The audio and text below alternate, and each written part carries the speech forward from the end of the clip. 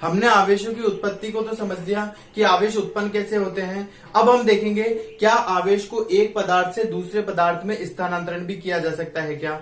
तो हम देखेंगे कि आवेशन जो होता है, जब आवेशों को हम स्थानांतरित करते हैं तो वह आवेशन की जो प्रक्रिया होती है वो दो प्रकार से हो सकती है, या हम कहें तो आवेशों का जो स्थानांतरण है वो दो प्रकार से हो सकता है। पहला है चालन द्वारा और दूसरा है प्रेरण द्वारा। हम एक एक करके दोनों को हम समझेंगे। तो पहले हम समझते हैं कि चालन के द्वारा आवेशन कैसे होता है, एक वस्तु से दूसरी वस्तु में आवेश चालन के द्वारा कैसे जाते हैं। तो उसको समझने के लिए जो हमने एक एग्जाम्पल लिया है, उस एग्जाम्पल में ये एक कुचालक स्टैंड है। कुचालक स्टैंड का मतलब एक ऐसा स्टैंड होता है जिसमें आवेश प्रवाहित नहीं होते हैं, अर्थात इस गोले में अगर कोई आवेश आ जाएंगे तो वो इस स्टैंड से होकर जमीन में प्रवेश नहीं करेंगे।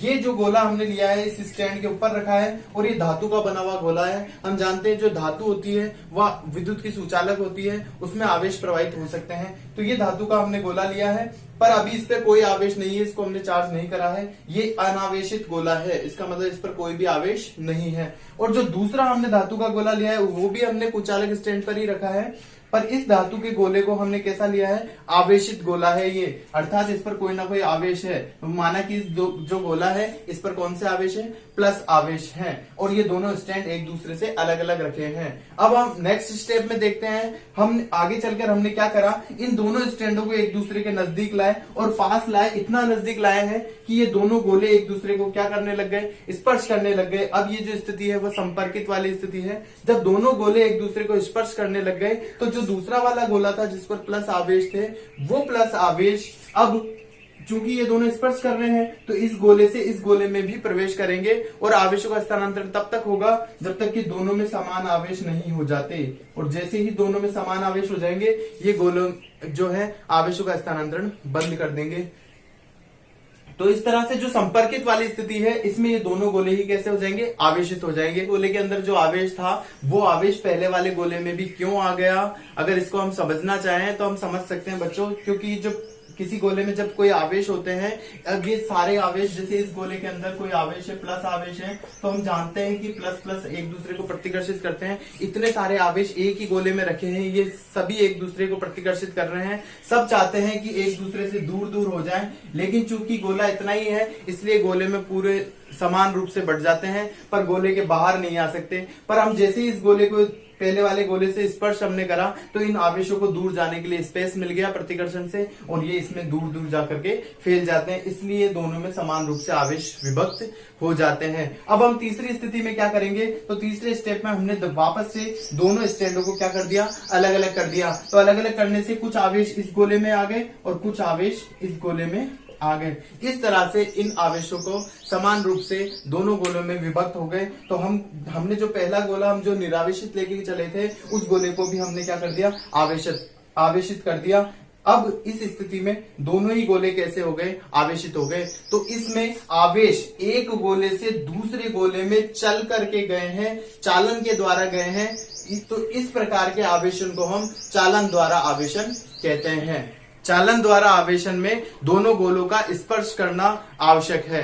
आवेशन का जो दूसरा प्रकार है वो है प्रेरण द्वारा आवेशन। अब हम देखेंगे प्रेरण द्वारा आवेशन को। इसके लिए जो हमने एक्सपेरिमेंटल सेटअप किया है वो इस तरह से किया है कि ये एक कुचालक स्टैंड है, इस कुचालक स्टैंड के ऊपर वही धातु का बना हुआ गोला है, ये गोला है धातु का गोला, जो अभी कैसा है, अनावेशित है, इसके ऊपर कोई भी आवेश नहीं है। और ये स्टैंड का कौन सा है, ये है हमारे कुचालक स्टैंड।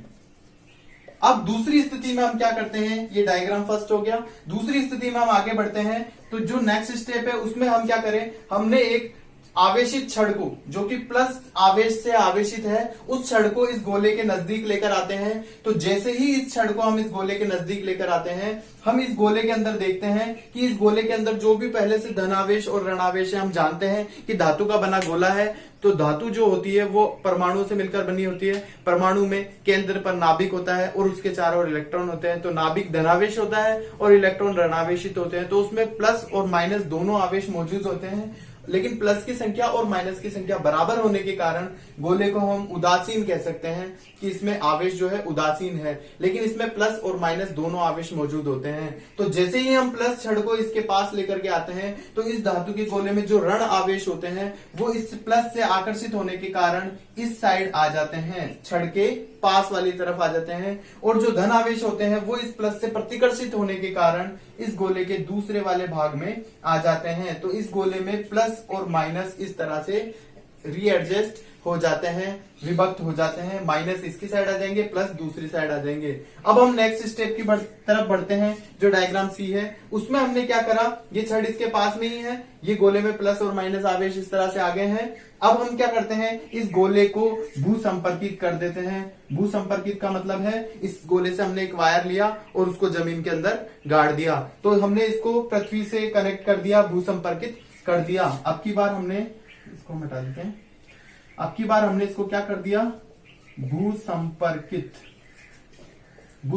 कर दिया। भू संपर्कित करने से जो दूसरी साइड जो प्लस वाले आवेश थे, क्योंकि जो नेगेटिव आवेश है वो नेगेटिव चार्ज तो इस वाली छड़ से बंधे हुए हैं, ये दोनों एक दूसरे को आकर्षित कर रहे हैं, ये इससे जुड़े हुए हैं, लेकिन जो दूसरे वाले आवेश थे प्लस आवेश, वो आवेश इस भू संपर्कित करने से भूमि के जो पृथ्वी पर जो ऋणावेश है उनके साथ आपस में मिलकर माइनस और प्लस मिलकर उदासीन हो जाते हैं। ये जहां से जो प्लस आवेश थे वो जमीन के नेगेटिव आवेश से मिलकर कैसे हो जाते हैं, उदासीन हो जाते हैं, और इस गोले में केवल ऋणावेश बच जाते हैं। वो किस लिए बच जाते हैं, क्योंकि ये प्लस छड़ द्वारा आकर्षित होने के कारण जमीन में नहीं जाते हैं। अब हम जो तीसरा स्टेप है डी डायग्राम, उसमें हमने क्या किया कि इस भू संपर्कित तार को हमने फिर से हटा दिया। अब जैसे ही भू संपर्कित तार को हटा दिया, यहां पर ऋणावेश तो है क्योंकि वो प्लस से आकर्षित हो रखे हैं, तो केवल ऋणावेश रह गए और भू संपर्कित तार को हमने हटा दिया। अब जो लास्ट स्टेप है उसमें हम क्या करते हैं, ये जो छड़ हम इस गोले के पास लेकर आए थे, इस छड़ को हमने फिर से हटा दिया, और जैसे ही हम छड़ को हटा देते हैं, अब ये जो ऋणावेश है जो पहले आकर्षण के कारण गोले के इस तरफ थे, अब इनमें आकर्षण रहा नहीं, तो ये जो ऋणावेश है अब ये आपस में एक दूसरे को प्रतिकर्षित करेंगे और दूर दूर फैल जाएंगे, और इस पूरे गोले में ऋणावेश हर जगह फैल जाएंगे। इस तरह से जो ये उदासीन गोला था, जो निरावेशित गोला था, जो अनावेशित गोला था, उसको हमने बिना स्पर्श किए, देखिए जो पिछला वाला हमने देखा था चालन द्वारा आवेशन, उसमें दोनों गोलों का एक दूसरे से स्पर्श होना जरूरी था, तभी आवेश एक गोले से चलकर दूसरे गोले में गए थे, उसे हमने चालन द्वारा आवेशन कहा था। लेकिन यहाँ पर हमने बिना गोले को स्पर्श किए, इस छड़ से हमने इस गोले को स्पर्श नहीं करा है, हम छड़ को गोले के केवल नजदीक लेकर आए हैं। केवल नजदीक लाने से ही जो दूसरा गोला था, ये जो निरावेशित गोला था, अनावेशित गोला था, वो कैसा हो गया, आवेशित हो गया। अब ये गोला कैसा बन गया है, ये बन गया है आवेशित गोला। तो जब हम किसी छड़ को गोले से बिना स्पर्श कराए ही हम आवेशित कर देते हैं, तो इस प्रकार के आवेशन को हम प्रेरण द्वारा आवेशन कहते हैं, चार्ज बाई इंडक्शन।